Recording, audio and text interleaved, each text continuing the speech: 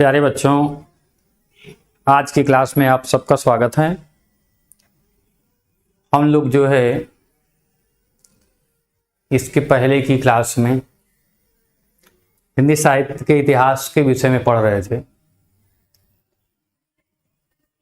जैसे पहले भी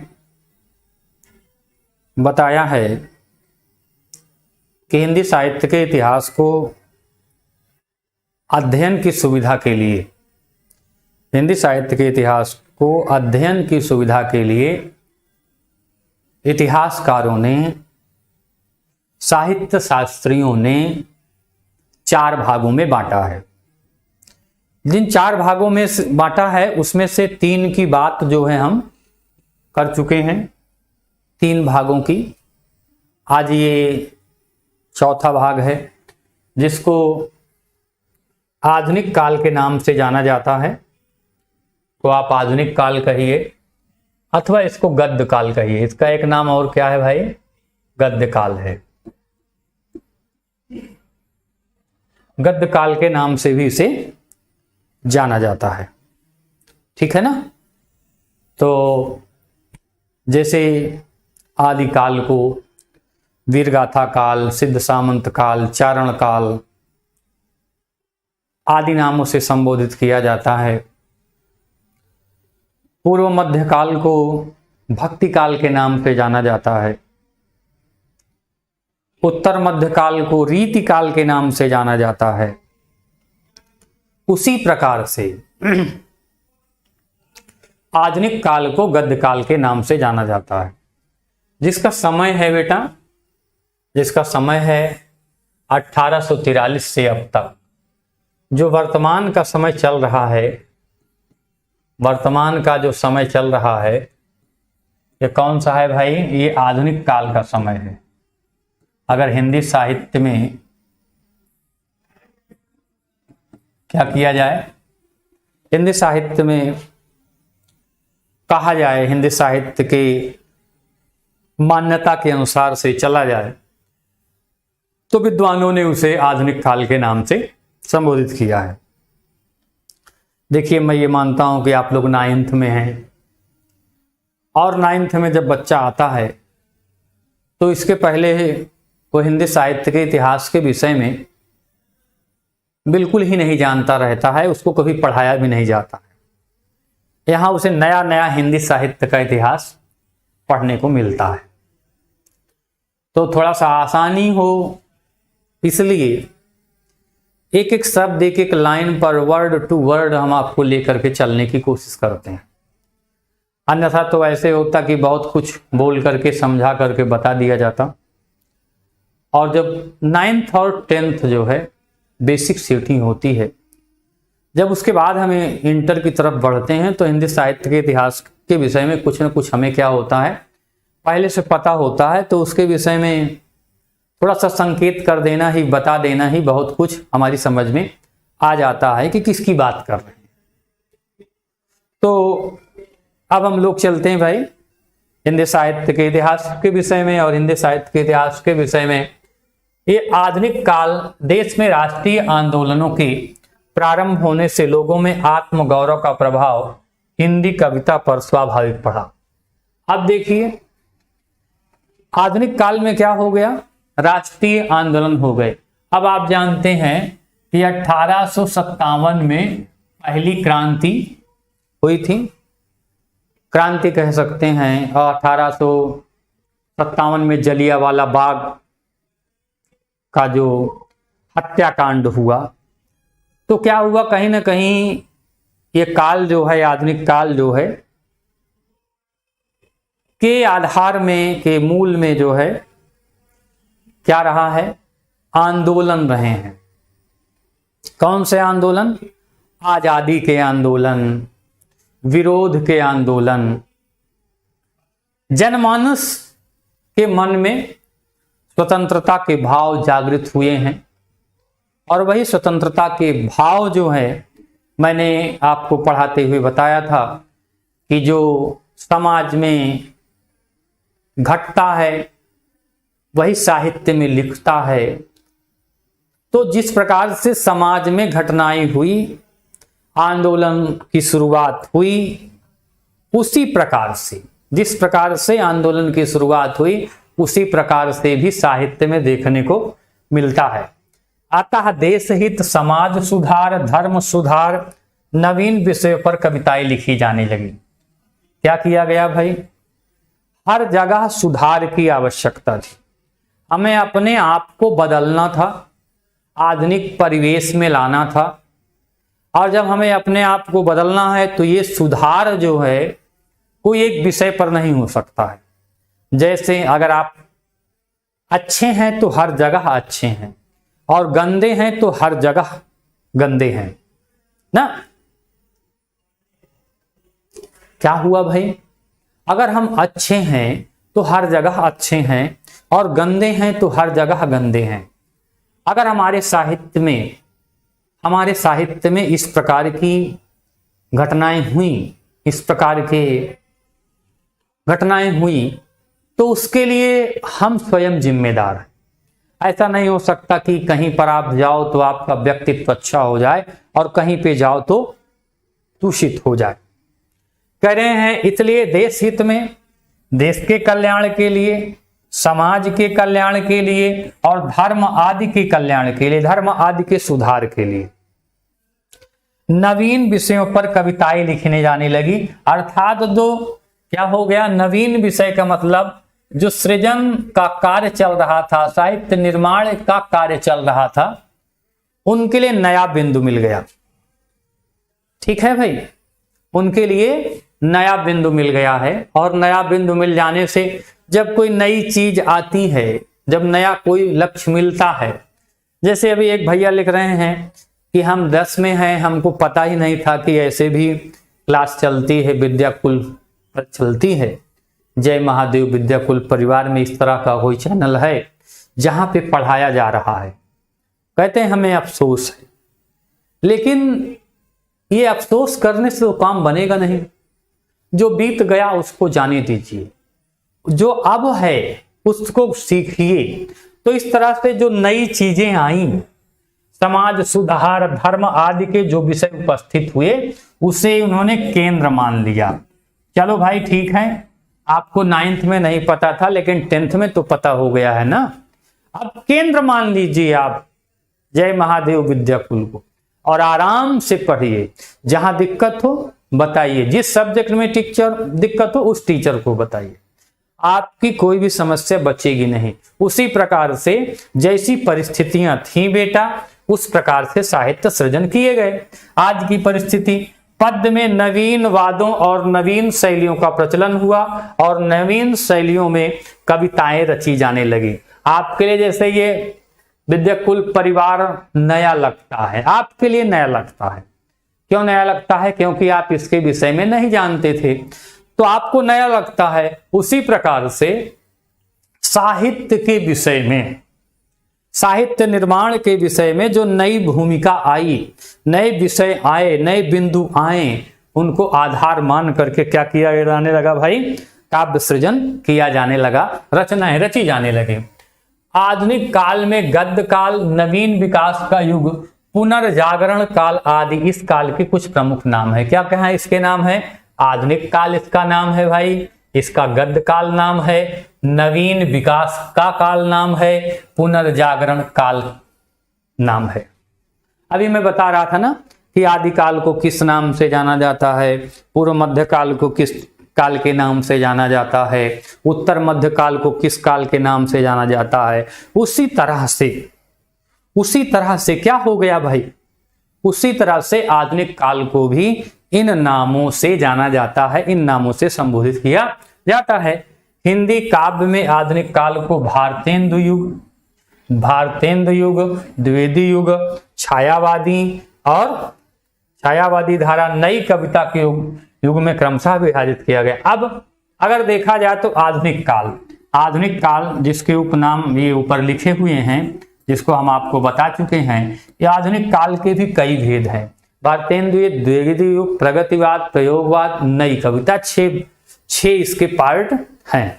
आगे चलते हैं ना, समझ में आ रहा है? अगर कहीं भी दिक्कत हो तो बताइएगा। अब पहला आता है भारतेंदु युग। पहला युग कौन सा आता है बेटा? भारतेंदु युग आता है, ठीक है ना।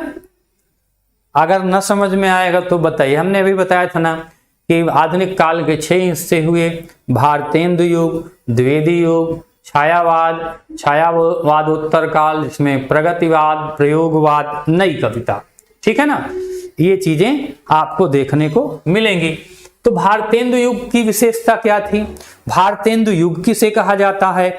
भारतेंदु युग में क्या नई चीजें आई, ये पढ़ना है कि भारतेंदु युग के आगमन से भारतेंदु युग के आगमन से हमारे साहित्य में क्या अंतर देखने को मिलता है, हमें ये देखना है यहाँ पे, ठीक है ना बेटा। आप कह रहे हैं कि भारतेंदु हरिश्चंद्र आधुनिक साहित्य के जन्मदाता माने जाते हैं। भारतेंदु हरिश्चंद्र क्या माने जाते हैं बेटा? आधुनिक साहित्य माने आधुनिक गद्य के जनक माने जाते हैं। रीतिकाल के कवियों में का नाता जनजीवन से टूट चुका था। भारतेंदु कवियों के संपर्क में स्थापित किया गया और जनभावना को वाणी दी। इस युग में खड़ी बोली गद्य की भाषा तो बन चुकी थी, किंतु काव्य के क्षेत्र में ब्रज भाषा की ही प्रधानता रही। काव्य का विषय, अब देखिए 2 प्रकार की भाषाएं चलती थी गद्य में। भारतेंदु युग में गद्य में क्या चलती थी? खड़ी बोली, दिखा है ना। भारतेंदु युग में क्या था? ये देखिए, इस युग में खड़ी बोली गद्य के क्षेत्र में और पद्य के क्षेत्र में ब्रज भाषा, ठीक है ना। तो इस प्रकार से 2 प्रकार की भाषाएं यहां पर देखने को मिलती थी। आज समझ में आ रहा है ना? अगर नहीं समझ में आ रहा है तो बताइएगा। अगर नहीं समझ में आएगा तो संकोच मत करना बेटा, बिल्कुल से बताना, और हम बिल्कुल से आपको अच्छे से अच्छा बताएंगे। आपको एक एक शब्द बताएंगे। कोई भी ऐसी चीज है जो आपको नहीं समझ में आती, फिर से पूछिए, हम आपको जरूर बताएंगे, जरूर और जरूर बताएंगे। आ रहा है ना बेटा? हाँ, वेरी गुड, बहुत अच्छा, आना चाहिए। और अपने साथियों तक, जो बच्चे और हैं आपके साथ में हैं, आपके साथ पढ़ते हैं, कॉलेज के हैं ना, उनको भी बताना है। जैसे अभी बच्चा कह रहा था ना, सर हमको पता नहीं था, तो बाद में कोई ये ना कहे कि सर हमको पता नहीं था, नहीं हम पहले से पढ़ लेते। तो अपने साथियों को भी बताओ कि ये चैनल है, यहाँ पे अच्छे से हर चीज पढ़ाया जाता है, और वो आएंगे तो उनका भी फायदा होगा, आपका भी फायदा होगा ना, कोई दिक्कत नहीं होनी चाहिए। आप चलते हैं, फिर आगे हम लोग चलते हैं ना। आप लोग बताएंगे ना बेटा? अच्छा, कितने लोग बताएंगे अपने दोस्तों को? जल्दी से बताइए, जल्दी से बताइए, कौन कौन बताएगा ना? हाँ, आप लोग बताना है, आप लोगों को बताना है, अपने दोस्तों को, अपने साथियों को बताना है। बस केवल एक ये होता है कि टाइम भी बताना पड़ेगा बेटा, कि कितने बजे क्लास आती है, कितने बजे किस विषय की क्लास आती है। अगर आप ऐसे बताने लगोगे, पढ़ने लगोगे ना, तो आपको बहुत ढेर सारा फायदा हो जाएगा, जितना आप सोच भी नहीं सकते हैं ना। और बस क्या करना है, जब क्लास चलने लगे, जो भी आए वो बस क्लास शेयर कर दे अपने दोस्तों को। भाई अभी मान लो 10 लोग हैं, तो 10 लोग यहाँ वेट क्यों करेंगे? जैसे 10 एक को पता चला, तुरंत तड़ से शेयर कर दे, मोबाइल से, व्हाट्सएप से लिंक शेयर कर दे ना। तब फिर इसी तरह से क्या कहते हैं कि गद्य के क्षेत्र में जहां नाटक, उपन्यास, कहानी, निबंध, आलोचना आदि का विकास हुआ। गद्य की कौन सी विधा का मतलब गद्य में और विधाओं का जन्म हुआ, क्योंकि ये भारतेंदु युग गद्य युग के नाम से जाना जाता है। तो गद्य में भी ना क्या करें भाई, गद्य में भी और क्या किया गया, और विधाएं जन्म ली। कौन कौन सी विधा का मतलब परंपरा, रीति और तरीकों को भी रचनाएं गद्य में मिलती हैं, जिनको निबंध कहते हैं, नाटक कहते हैं, उपन्यास कहते हैं, एकांकी कहते हैं, रिपोर्टार्ज कहते हैं, संस्मरण कहते हैं, यात्रा वृत्तांत कहते हैं। इस तरह के गद्य में तमाम प्रकार की नवीन विधाओं का उदय हुआ। ठीक है ना बेटा? फिर क्या हुआ कि वहां काव्य के क्षेत्र में भारतीय संस्कृति, प्रेम, स्वदेश प्रेम, समाज सुधार, प्रकृति चित्रण आदि विषयों का समावेश हुआ। 2 प्रकार की रचनाएं होती हैं बेटा, एक होता है गद्य और एक होता है पद्य।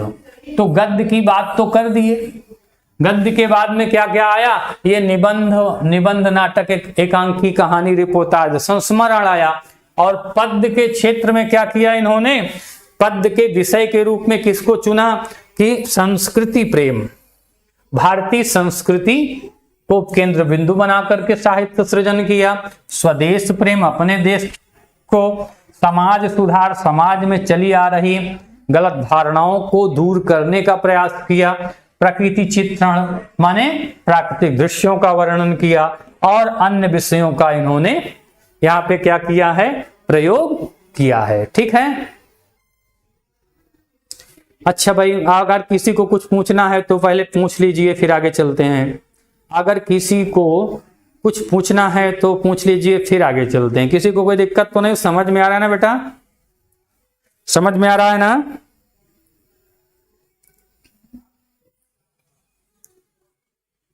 ठीक है, वेरी गुड। फिर क्या कहते हैं, अब भारतेंदु युग के बाद आ गया भाई द्विवेदी युग। भारतेंदु युग के बाद आ गया द्विवेदी युग ना। जैसे हमने आपको बताया था कि भारतेंदु युग, द्विवेदी युग, फिर छायावादोत्तर का बाद, और प्रगतिवाद, प्रयोगवाद, नई कविता। तो हम चलते हैं द्विवेदी जी। अब द्विवेदी जी के अवतरित होते ही खड़ी बोली का आंदोलन बड़ी जोरों से चला। खड़ी बोली, द्विवेदी जी से प्रेरणा पाकर अनेक तरुण कवियों ने खड़ी बोली में काव्य रचना प्रारंभ कर दी। क्या किया, खड़ी बोली का जो प्रभाव है, अब खड़ी बोली तो पहले भी हम पढ़ चुके भारतेंदु युग में। भारतेंदु युग में क्या हुआ, खड़ी बोली का प्रयोग काव्य की भाषा के रूप में किया जाता था ना। अब यहां क्या हुआ, यहां द्विवेदी जी ने खड़ी बोली का अच्छा सा प्रयोग किया अपने रचनाओं में। इनके कवि थे क्या कहते हैं, श्रीधर पाठक, मैथिली शरण गुप्त, अयोध्या सिंह उपाध्याय और मुकुटधर पांडे, लोचन प्रसाद पांडे, राम नरेश त्रिपाठी, रामचरित उपाध्याय आदि कवियों ने खड़ी बोली को आधार बना करके क्या किया भाई, काव्य रचनाएं की, काव्य सृजन किया। देखिए, हम आपको अभी बताए हैं थोड़ी देर पहले ही, अभी जब इस स्लाइड को शुरुआत किए तब बताए थे कि क्या होता था भाई, एक होता था गद्य और एक काव्य की दो विधाएं हैं। काव्य की प्रमुख दो विधा है बेटा, एक कहलाती है गद्य और दूसरा कहलाती है पद्य। तो काव्य की दो विधाएं हैं, गद्य और पद्य। तो यहाँ पे काव्य विधा की बात हो रही है। देखिए ना, लिखा है कि काव्य रचनाएं की हैं। काव्य में दो विधाएं, गद्य और पद्य। ठीक है ना, कोई दिक्कत तो नहीं हो रही है ना? किसी को कहीं पे कोई दिक्कत तो नहीं हो रही है? जल्दी से बताइए, किसी को कहीं पे कोई दिक्कत तो नहीं हो रही है?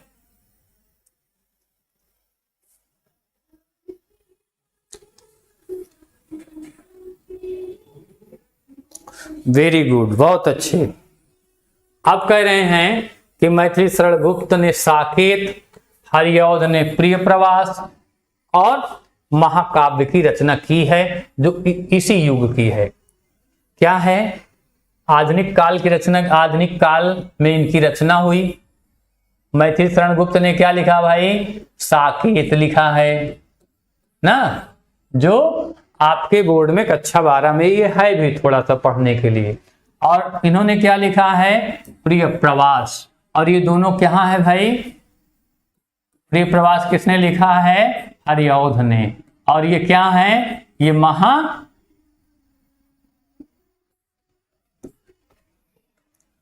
प्रिय प्रवास।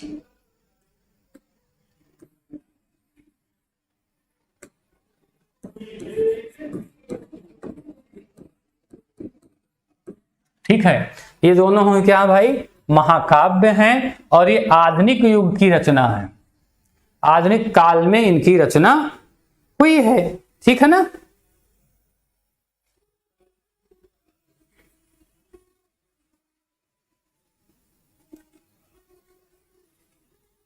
बेटा बहुत कमेंट करने की जरूरत नहीं है, आराम से पढ़ना है। जब कमेंट की जरूरत हो, कोई चीज पूछना हो, तब आपको पूछना है ना। अगर कोई चीज पूछना है तो आप पूछ लीजिए, या कोई चीज नहीं समझ में आती है तो उस शब्द को अर्थ पूछना है, या समझ में आता है तो लिख दीजिए हाँ समझ में आ रहा है। कमेंट उतना जरूरी नहीं है जितना सुनना जरूरी है। जब आप सुनोगे तभी आपको समझ में आएगा कि हमें समझ में आ रहा है कि नहीं समझ में आ रहा है। समझ में आ रहा तो लिख दो समझ में आ रहा है, नहीं समझ में आ रहा लिख दो नहीं समझ में आ रहा। जहां दिक्कत हो रही है वहां बता दो कि सर ये चीज नहीं समझ में आ रहा, उसको हम बता देंगे ना। ठीक है, चलते हैं कि अनेक खंड काव्यों की भी रचना की है इस युग की कविता इतिवृत्तात्मकता। ये आप लोग नहीं जानते होंगे, ये मैं जानता हूं। इतिवृत्तात्मकता का मतलब क्या होता है नहीं जानते होंगे कि जानते हैं? जल्दी से बताइए भाई, जानते हैं कि नहीं जानते? इतिवृत्तात्मकता जानते हैं कि नहीं जानते? हाँ, इतिवृत्तात्मकता का मतलब होता है कि उसके पहले की कहानी।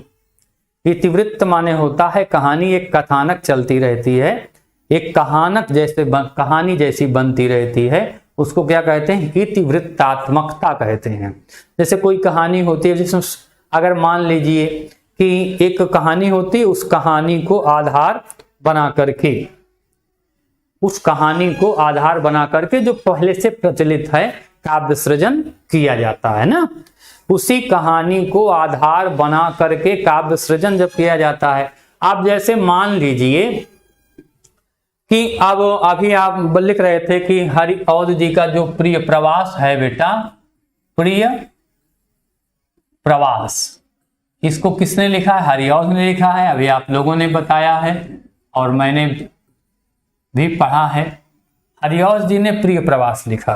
तो ये जो प्रिय प्रवास है, इसका बिंदु, इसकी कहानी कहां से मिली? इसकी कहानी मिली है बेटा मेघदूत से। मेघदूत एक रचना है जिसकी रचना किसने की है? कालिदास ने की है। जिसकी रचना किसने किया है बेटा? कालिदास ने किया है। और मेघदूत क्या है? ये संस्कृत की रचना है। तो किसी रचना को जब हम रचते हैं, किसी को आधार बनाते हैं, तो उसके विषय में कहीं ना कहीं से हम पढ़ते हैं। जब पढ़ते हैं, देखते हैं, तब क्या हो जाता है? उसको फिर अपने तरीके से हम प्रस्तुत करते हैं। बात समझ में आ रही है ना?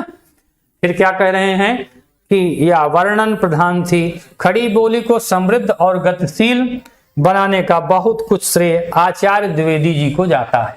क्या किया भाई? खड़ी बोली को समृद्ध बनाने, संपन्न बनाने का श्रेय किसको जाता है भाई? द्विवेदी जी को जाता है। आचार्य द्विवेदी ने क्या किया है? खड़ी बोली के उत्थान के लिए, खड़ी बोली के विकास के लिए बहुत ही प्रयास किया है। और इसी कारण इस युग का नाम द्विवेदी युग पड़ा। इसलिए इसका नाम क्या कर दिया गया? इस काल में द्विवेदी जी ने हिंदी साहित्य के इतिहास में अमूल्य योगदान दिया, बहुत योगदान दिया। इसलिए उनके नाम से इसको द्विवेदी युग के नाम से संबोधित किया जाता है, जाना जाता है। ठीक है ना? ठीक है ना? किसी को कोई दिक्कत? फिर क्या कहते हैं? अब आ गया है छायावादी युग। पहले हमने पढ़ा भारतेंदु युग, दोबारा पढ़ा द्विवेदी युग, और फिर उसके अब पढ़ रहे हैं छायावाद। छायावाद का देखिए, द्विवेदी युग के बाद छायावाद का युग का आगमन हुआ है। ऐसा लगता है कि मानो विदेशी शासन के अत्याचार, नैतिकता और कठोरता से जकड़े हुए नियमों तथा आर्थिक कष्टों से उत्पन्न कवियों का विक्षोभ और असंतोष वर्तमान से दूर किसी काल्पनिक संसार में जाने के लिए मचल उठा। क्या किया भाई? जो एक परंपरा चल रही थी, हाँ, जो एक आचार्य हजारी प्रसाद द्विवेदी ना, बताया नहीं? देखो अभी द्विवेदी युग मैंने बताया, अभी द्विवेदी युग में देखो बिल्कुल साफ सा लिखा हुआ है। ठीक है ना? चलते हैं आगे। ये देखिए, द्विवेदी युग के बाद वास्तव में छायावादी का भी द्विवेदी युग की इतिवृत्तात्मकता की प्रतिक्रिया थी। जो इतिवृत्तात्मकता बताए थे, जो पीछे से कहानी चलने वाली बात कह रहे हैं, उसकी बात कह रहे हैं। ठीक है, आगे कह रहे हैं प्रसाद, पंत, निराला और महादेवी छायावाद के प्रमुख स्तंभ थे। ये दोनों आप कहते हैं वैयक्तिक अनुभूति, प्रबलता, आत्मपरक रचनाएं, सौंदर्य भावना, श्रृंगार प्रेम, वेदना, करुणा, नैराश्य की भावना, प्रकृति का मानवीकरण, रहस्य की भावना इस युग की प्रमुख प्रवृत्तियां थी। छायावादी काव्य अनुभूति और भावुकता और चिंतन की ओर प्रधानता से आगे बढ़ी है। ठीक है ना।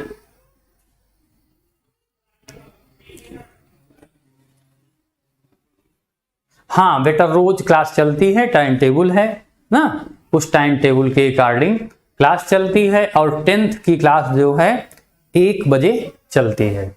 जैसे 1 बजे से आज शुरुआत हुई है ना, 1 बजे से आज जो शुरुआत हुई है वो चलती है। मैं आपको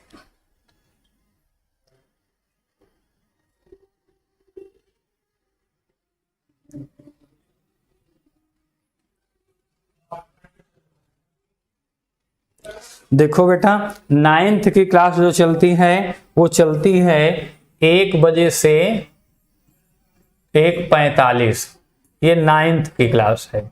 और जो 10th ये चलती है आपको मंगलवार को, आज मंगल है ना, मंगलवार और बुधवार 2 दिन। और 10th की क्लास जो चलती है, 10th की क्लास चलती है आपकी, 10th की क्लास चलती है ये 2 बजे से लेकर के 2:45 तक। और ये चलती है आपको शुक्रवार, शनिवार और रविवार। 3 दिन 10th की क्लास चलती है और 2 दिन 9th की क्लास चलती है। ठीक है ना। हाँ ठीक है, नहीं बता दिया। देखो 9th की क्लास जो चलती है, फिर से देख लें, यहां पे लिख देता हूं। 9th की क्लास चलती है 1 से 1:45 तक। हाँ, 1:45 तक चलती है। 1 से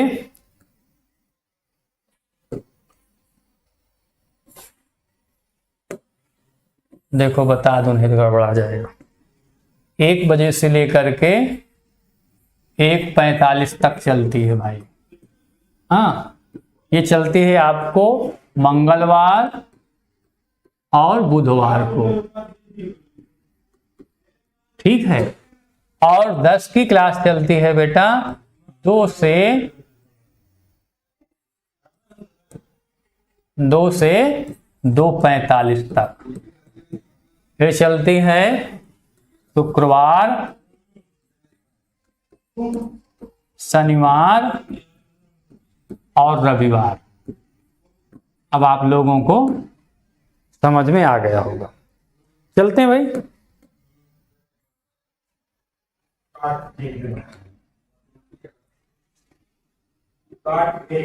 आप कह रहे हैं जीवन की चिंतन समस्याओं पर भी इस युग के कवियों ने अपने विचार व्यक्त किए हैं। मानवता और देश प्रेम की भावना भी इस काल की काव्य में मिलती है। छायावादी युग प्रधानतः मुक्तक गीतों का युग है। मुक्तक गीत वो होते हैं बेटा जिसका एक पद से दूसरे पद का कोई संबंध नहीं होता, उनको मुक्तक गीत कहते हैं। जैसे जो है रहीम के दोहे, कबीर के दोहे, पहले दोहे का बिल्कुल से अलग है और दूसरे दोहे का अर्थ बिल्कुल से अलग होता है। दोनों में किसी प्रकार का कोई संपर्क नहीं होता है। ठीक है ना। अब क्या कह दिया कि मुक्तक गीत और गेय और संगीतात्मक है। मुक्तक क्या है भाई? गीत है और संगीतात्मकता उसमें भरी हुई है। निराला महादेवी के काव्यों में गीत का सुंदर विधान है। राम कुमार वर्मा के गीत भी लोकप्रिय हुए हैं। अच्छा, राम कुमार वर्मा देखते हैं क्या है? कहानीकार के रूप में प्रसिद्ध हैं। कहानीकार के रूप में सब लोग राम कुमार वर्मा को जानते हैं, लेकिन ये इन्होंने क्या किया है? गीत की भी रचना की है। आगे ये देखिए, चित्रमयी कल्पना, माने ऐसी कल्पना जिसमें चित्र भी बनते हो। लाक्षणिकता और प्रतीकात्मकता। प्रतीक का मतलब बेटा होता है चिन्ह बनता है। प्रतीक का मतलब चिन्ह भी भरा होता है शैलियों का। आप शैलियों को अपनाकर छायावादी कवियों ने कविता को सजीव और सरस बना दिया। माने छायावादी कवियों ने अपनी रचनाओं में दो चीजें बताई ना। छायावादी सब चीज आएगा बेटा, जल्दी जल्दी मत चलो, बहुत आगे आगे चलोगे सब छूट जाएगा। क्रमशः सब कुछ आपको बताया जाएगा। अब जब ज्यादा आगे चलोगे तो सब गड़बड़ा जाएगा। तो कह रहे हैं कि इस छायावादी कवियों की क्या बात हुई? सजीव और उनकी छायावाद की जो विशेषता है उसके कारण उसमें सजीवता आ गई। प्रभावपूर्ण छंद चयन करने का इन्होंने मौलिकता का प्रदर्शन किया। अलंकारों के प्रयोग में नवीनता आई। मानवीकरण तथा विशेष विशेषण जैसे नए अलंकारों का उदय एवं प्रचुर प्रयोग हुआ। भाषा खड़ी बोली को समाज में उसमें ब्रज भाषा जैसा लोच और सरसता पाने वाली उनकी अभिव्यंजना शक्ति बढ़ाने का समस्त श्रेय युग को ही दिया जाता है। माने इस युग में देख रहे हैं, छायावादी युग में देखें तो बहुत सारी क्या हो गई? खड़ी बोली को नया आकार, नया कलेवर मिला। और दूसरे साथ जो है कि अलंकारों का, नए नए अलंकारों का प्रयोग भी देखने को मिलता है। इस प्रकार से तमाम तरह की बातें देखने को मिलती हैं, नई नई चीजें। और उसके बाद क्या हो गया? प्रगतिवाद। अब द्विवेदी युग की इतिवृत्तात्मकता, वही इतिहास वाली बात। आदर्शवादिता माने आदर्श के सिद्धांत और नैतिकता के विरुद्ध विद्रोह छायावादी काव्य में हुआ था। ये छायावाद की विशेषता थी। किंतु क्या हो गया भाई? किंतु छायावादी कवि काव्य में सूक्ष्म और वायु कल्पनाओं की इतनी अतिशयता हो गई कि स्थूल जगत की कठोर वास्तविकता से उसका कोई संबंध ही न रहा। स्थूल जगत ना, संसार की स्थूलता है उससे जो है कहीं अंतर न हो। परिणामतः प्रगतिवादी कविता छायावादी कविता की सूक्ष्मता और अतिकल्पना के प्रति विद्रोह का मतलब परिवर्तन, जो चली आ रही परंपरा थी उसको क्या किया भाई? क्या कर रहे हैं?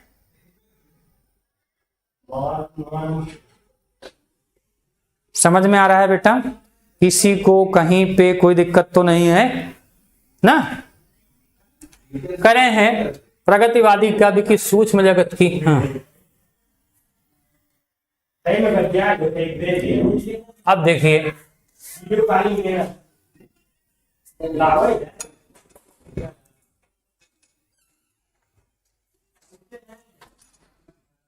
देखिए प्रगतिवादी कवियों में पंत, निराला, दिनकर, भगवती चरण वर्मा, नरेंद्र शर्मा, रामविलास शर्मा, शिवमंगल सिंह सुमन, नागार्जुन और केदारनाथ अग्रवाल, ये कौन से हैं भाई? प्रगतिवादी युग के कवि हैं, आदि मुख्य हैं। इनमें से कुछ कवियों की कविताओं में सामाजिक क्रांति का स्वर अधिक प्रखर है। क्या कहते हैं? सामाजिक क्रांति माने समाज में परिवर्तन का विषय जो है वो देखने को मिलता है।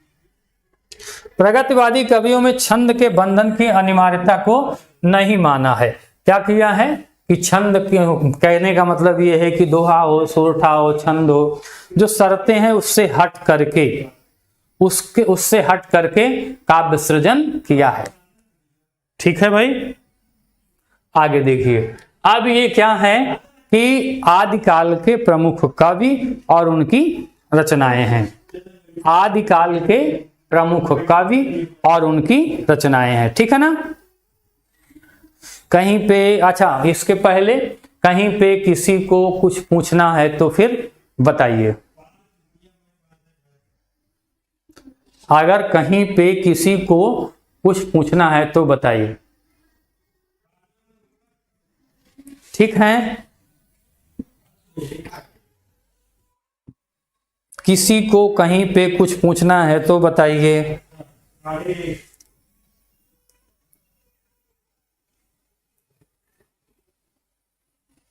ठीक है,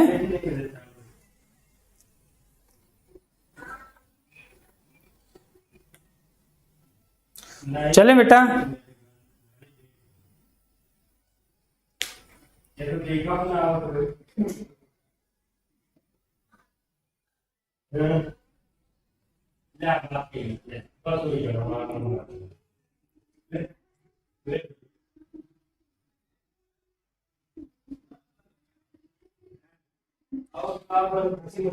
ठीक है,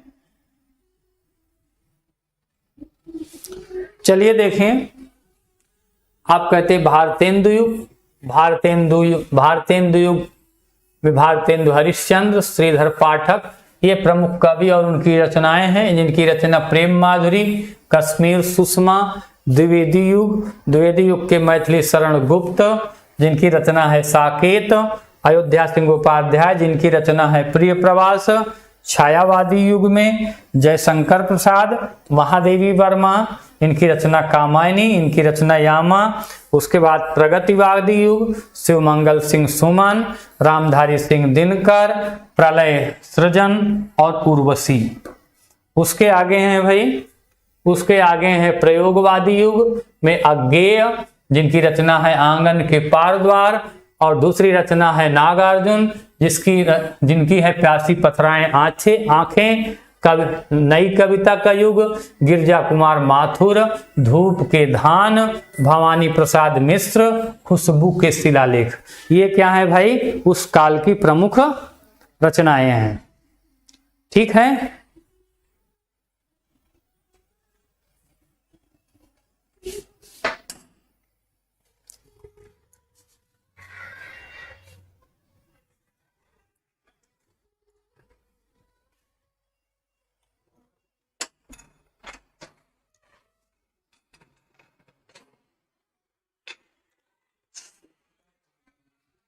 ठीक है भाई। अगर कुछ पूछना है तो बताइए।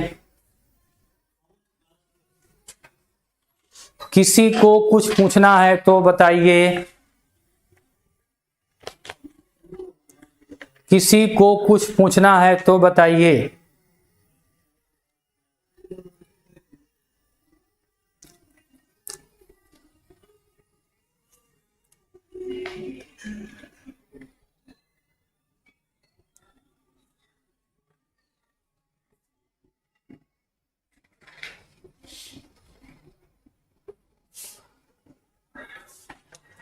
ठीक है जी।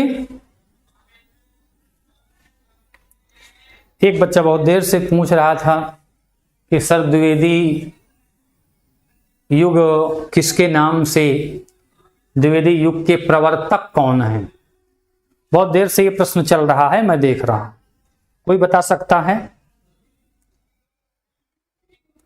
छायावादी युग के प्रवर्तक, छायावादी युग के प्रवर्तक कौन हैं? ये बार बार प्रश्न पूछा गया है। कोई बता सकता है भाई? जल्दी से बताइए।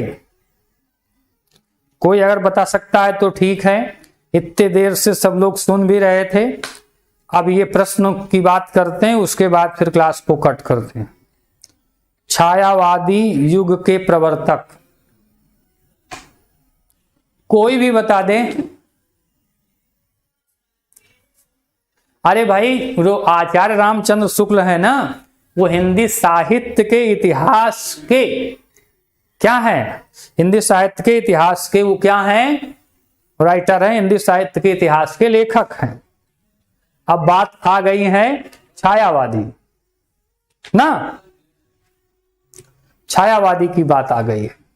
आचार्य रामचंद्र शुक्ल तो हिंदी साहित्य के इतिहास के क्या हैं, काल डिवाइडेशन जो किया गया है, जो समय का विभाजन किया गया है, काल का विभाजन किया गया है, जो बंटवारा किया गया है, क्या कहते हैं, जो आदिकाल, पूर्व मध्यकाल, उत्तर मध्यकाल और आधुनिक काल, ये कहा गया है। ठीक है ना, ठीक है, वेरी गुड। जय शंकर प्रसाद जी हैं, जय शंकर प्रसाद जी हैं। ठीक है, जिनकी रचना आंसू, झरना ना, श्रद्धा, क्या कहते हैं, कामायनी, बहुत प्रसिद्ध रचनाएं हैं। ठीक है ना। अच्छा चलिए भाई, आज की क्लास के लिए आप सबको बहुत बहुत धन्यवाद, बहुत बहुत आशीर्वाद। इसी तरह से पढ़ते रहिए, अपने दोस्तों को बताते रहिए, और जो प्रॉब्लम हो उसको बताइए। ठीक है ना, और कहीं पे किसी को कोई दिक्कत हो तब बताइए। ठीक है, और कहीं पर किसी को कोई दिक्कत हो तो बताइए, अन्यथा क्लास को खत्म किया जाता है और अगले दिन हम लोग मिलते हैं। ठीक है, अगले टर्न पे, अगले टर्न पे माने कल हम लोगों की क्लास फिर चलेगी। कल बुधवार होगा और 1 बजे से क्लास शुरू हो जाएगी। ठीक है, ठीक है, अब क्लास को खत्म किया जाए भाई।